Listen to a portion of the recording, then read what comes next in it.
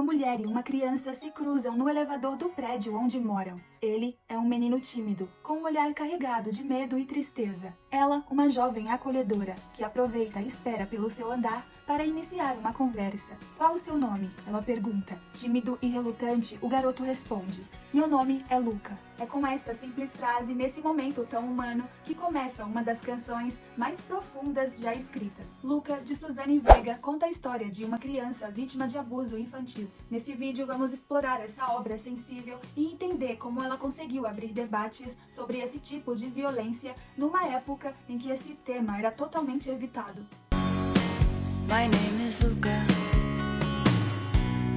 I live on the second floor. I live upstairs from you. Yes, I think you've seen me before.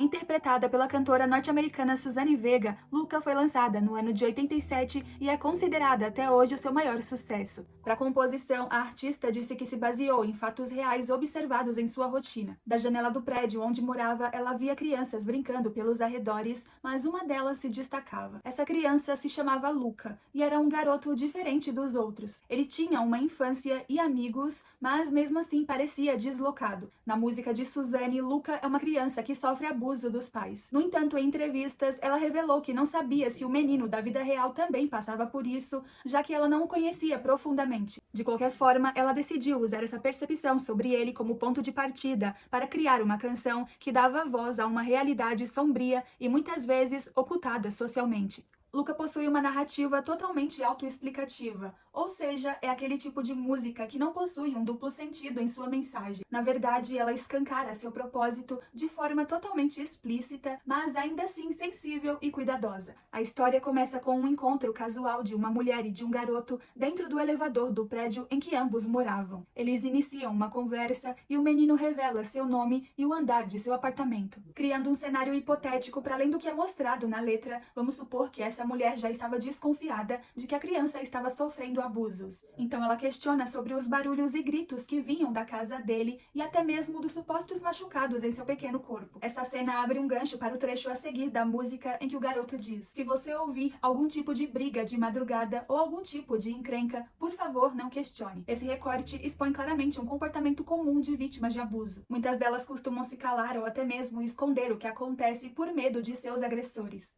Há também aquelas que escondem devido a um sentimento de afeto, principalmente quando essas agressões vêm de pessoas que deveriam protegê-las, como pais e mães. Em outro trecho, Luca diz ser uma criança desastrada e louca. Isso soa como se ele justificasse o porquê apanhava. Ou seja, o menino acreditava que merecia passar por aquilo, novamente mais um sentimento comum de vítimas de abuso: a culpa. Também mais trechos em que ele parece dizer à vizinha que ela não deveria se intrometer, pois não era da conta dela. Novamente, isso expõe um medo que a criança tinha de envolver outras pessoas. Nos anos 80, falar sobre violência infantil era praticamente um tabu na sociedade e na mídia. Esse tipo de violência doméstica era mantido em silêncio, considerado assunto de família e raramente discutido abertamente, muito menos em músicas populares. É interessante pontuar que isso não significa que a maioria das pessoas da época compactuavam com a violência contra a criança. Na verdade, muitos não sabiam identificar os sinais, enquanto outros tinham dificuldades de acreditar na vítima,